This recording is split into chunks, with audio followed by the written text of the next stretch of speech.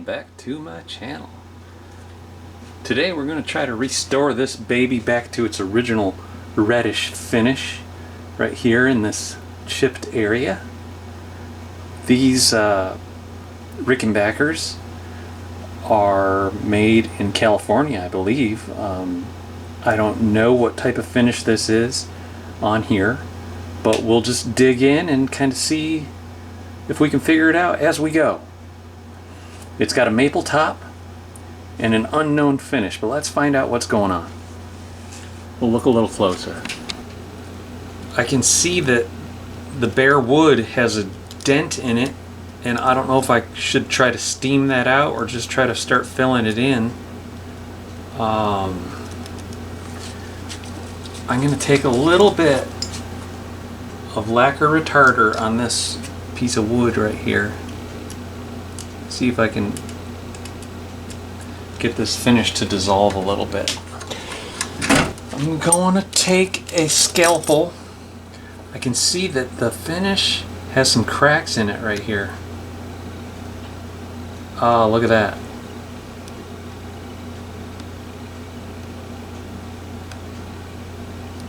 Doesn't really look like lacquer.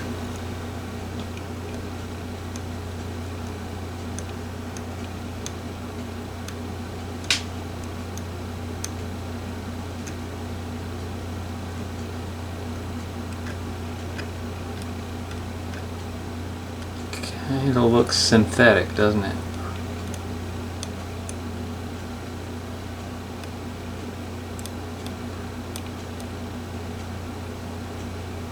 Some jagged edges here.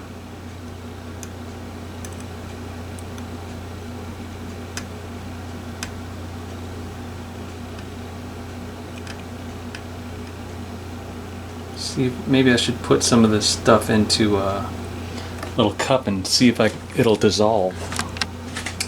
I prepared a piece of plexiglass with 120 grit right here. I put the brown tape to remind me that's the 120, and I got 220 here. And I'm going to go in here with my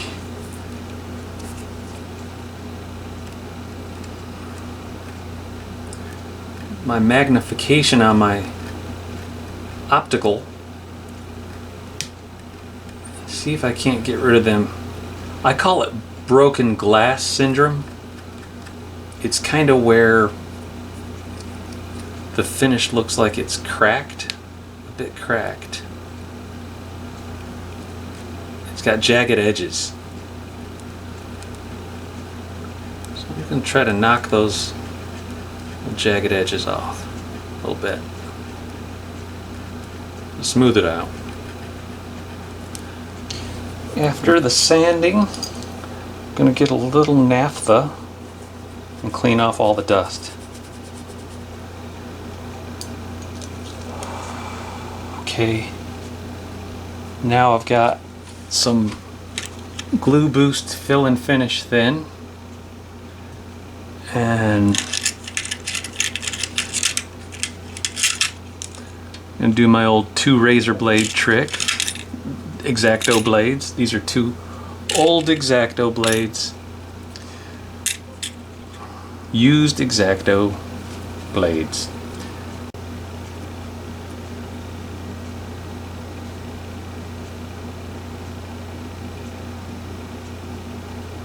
We got a big old hole to fill. I got a little trick here. I'm going to fill in that dent with little maple fibers. Okay, so these are my maple fibers. Can you see? It's not maple sawdust.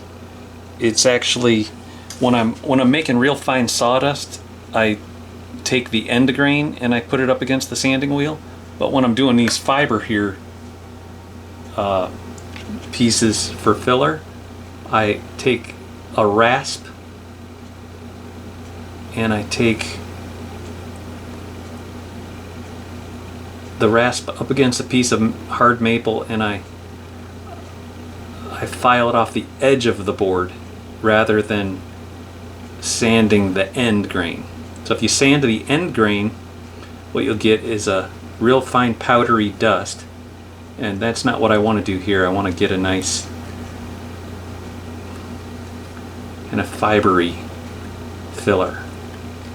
It's stronger and it has a little texture to it. Now I can take another dab of the fill and finish thin on the razor blades and just scoop it on top of that maple. Oh, that's plenty.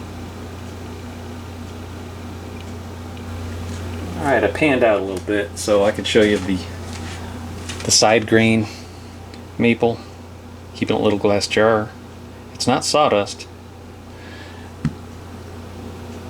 There's my naphtha. Here's my glu+boost fill and finish thin. And here's a little accelerator.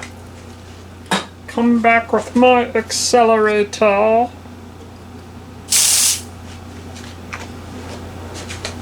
After about 2 minutes, I'll sand that again. It's all ready. It didn't take much. I built it back up. Got rid of that dent. And now we're going to get some cherry red stain going. So, cherry red. It's kind of an orangish red, isn't it?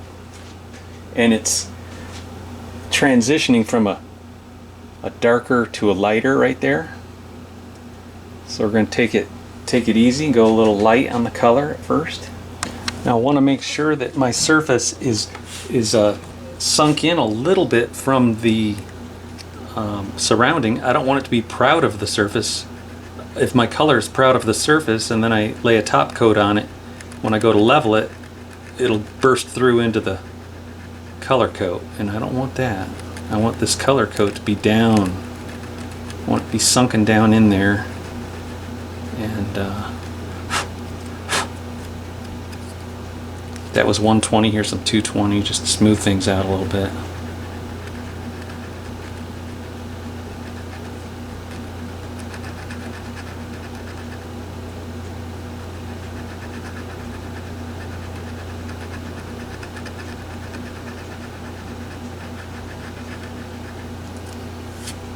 Okay, a little naphtha.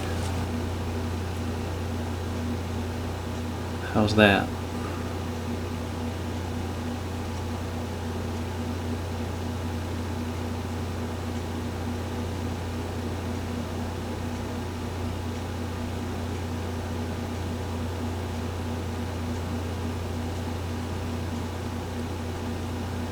It's in the ballpark. I'll let you see this here. This is a Zinsser. Of course, this is I learned from Ian. Ian hates guitars. I like to clean out the nozzle every time with a little denatured alcohol. Because I don't use it that much and I don't want it to be clogged up the next time I come over to use it. That cleans it. Now the cherry red is old. I've had it for 20 years. And I'm just going to take the tiniest bit and just see if I can get it to dissolve.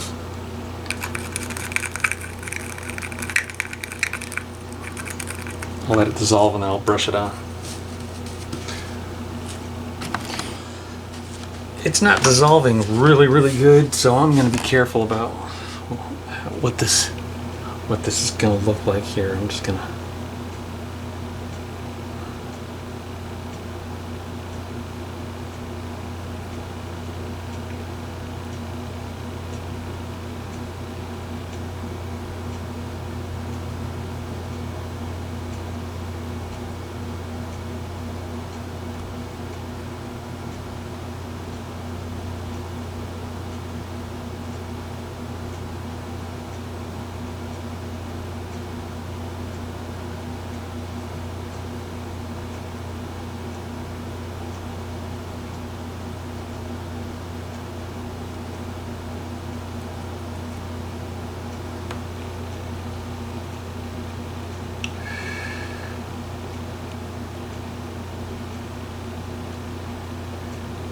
what I can do is if I go outside the line a little bit,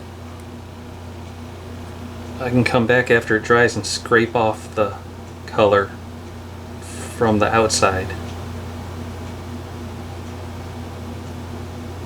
The razor blade.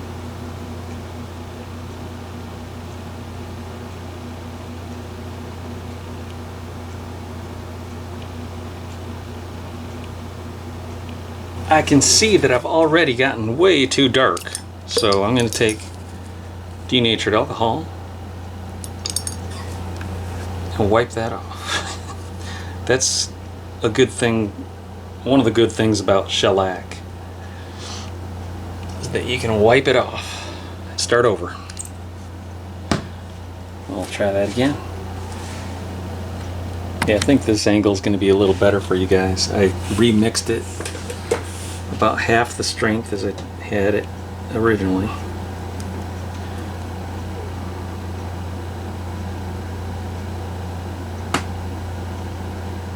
Sometimes I have to get up and walk away and come back.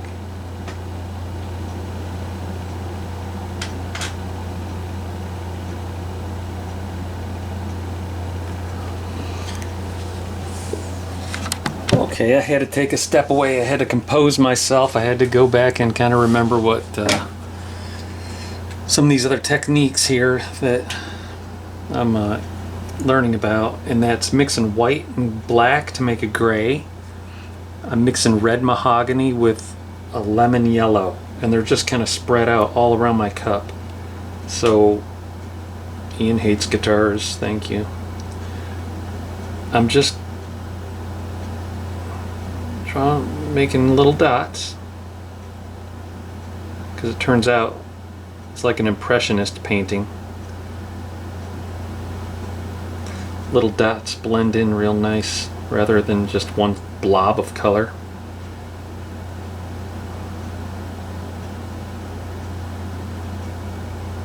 So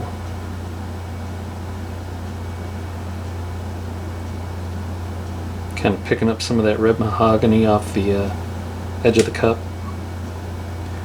Each time I come down, I'm coming down with a little different shade.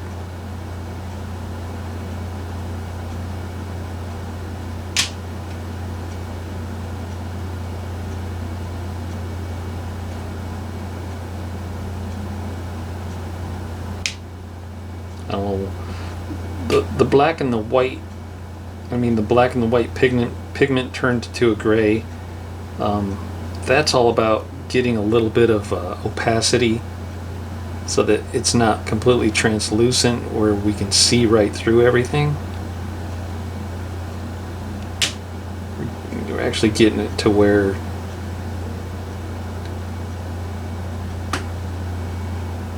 it's not see-through anymore.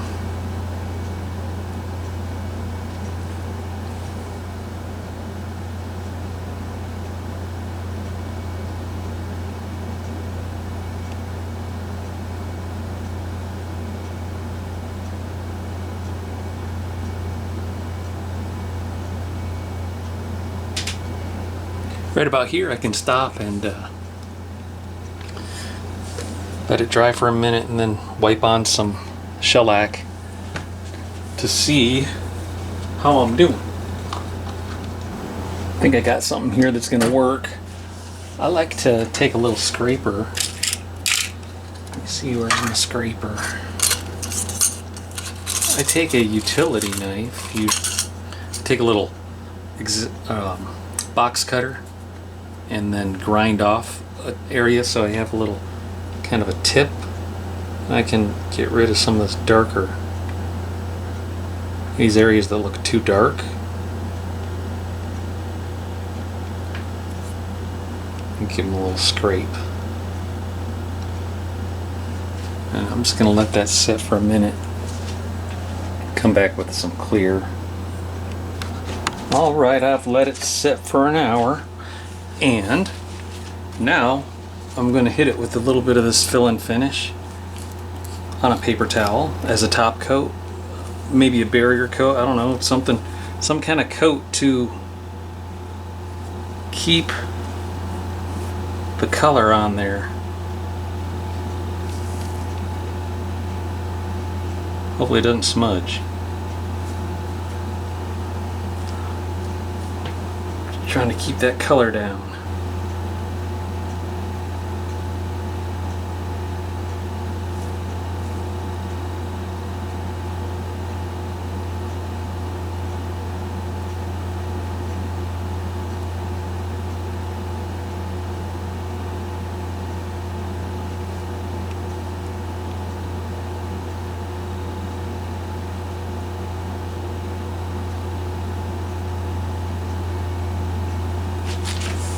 Here we are the next day. I had 3 little swipes of the thin glu+boost. Now I've got some water with some sandpaper. I'm going to make it kind of a soapy water.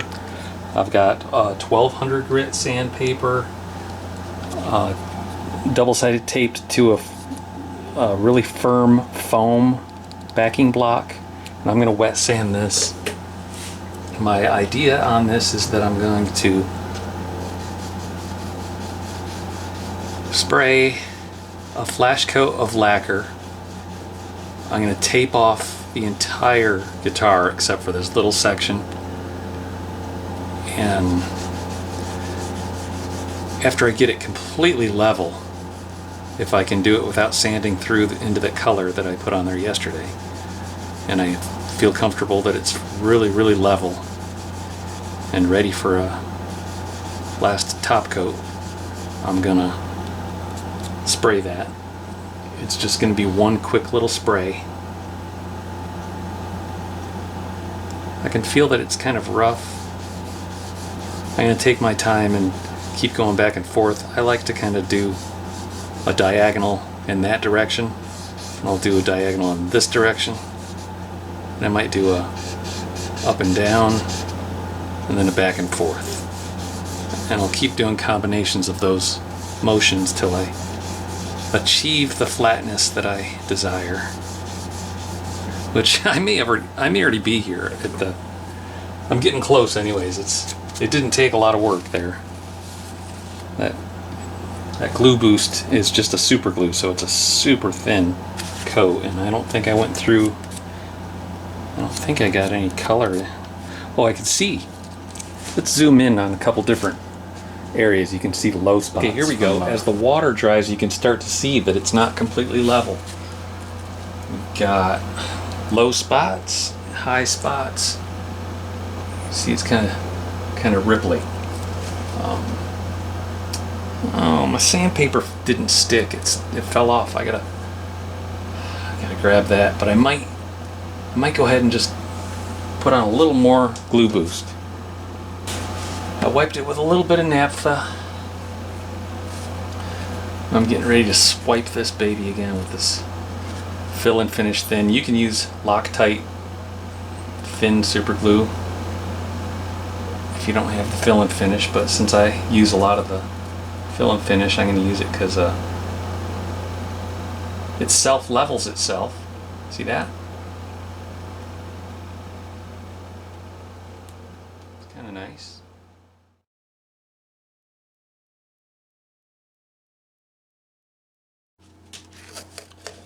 So I ended up doing 2 flash coats. I did the first coat, and then I noticed, you know, I could still kind of see where the wet sanding had been done. And then I decided to do a second coat after about an hour. So you can see the fine line where the new finish went down versus all the untouched. And hopefully after a week we'll take it onto the buffing wheel and we'll buff it. So if this method works out good, you probably want to know a little bit more about this flash coat thing. I buy these Prevail sprayers.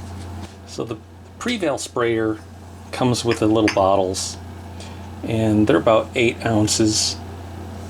What I usually do to make a flash coat is I usually do like 2 1/4 of the lacquer thinner, 2 1/4 of the lacquer retarder, and then the last ½ ounce up to 5 with straight up lacquer. and that gives me a flash coat, which is what that is. And I just go you know, that's about one coat is about 5 pulls of the trigger, maybe. Releasing the nozzle about 5 times, just and then after I spray it, I get a little thinner and I spray the nozzle again and clean it out with the thinner. So I don't know of any flash coats that are available to buy on the market, you know, from Mohawk or, you know, any other Minwax or anybody like that. It's kind of why you got to make your own, depending on what you're doing. And hopefully with this one, when I put this on the buffer next week, it'll look really good. But if it doesn't, we'll go back to the drawing board. So we're gonna try to get rid of all of this transitional stuff here on this flat surface. On the curved surface, where the actual repair is, it's not going to be as noticeable. But right here is where I want to concentrate, see if I can get rid of that. See if I can get this to look like a mirror finish again.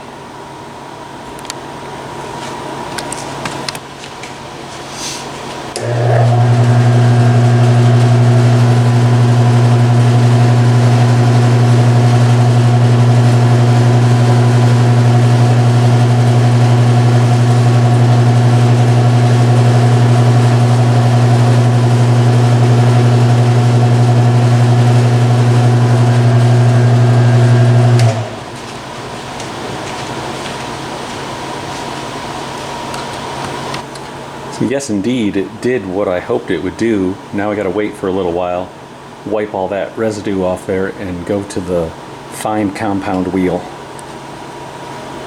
You can still see it. So now I'm cleaning off that little bit of residue with this ultimate compound. And boy, I'm telling you, she's looking pretty good already. Oh, no witness lines at all. That's crazy. I didn't use any sandpaper. No wet sanding on the finish. No wet sanding the finish. Wow. I've always wet sanded at some point and created a bunch of scratches that looked like shit. That looks great.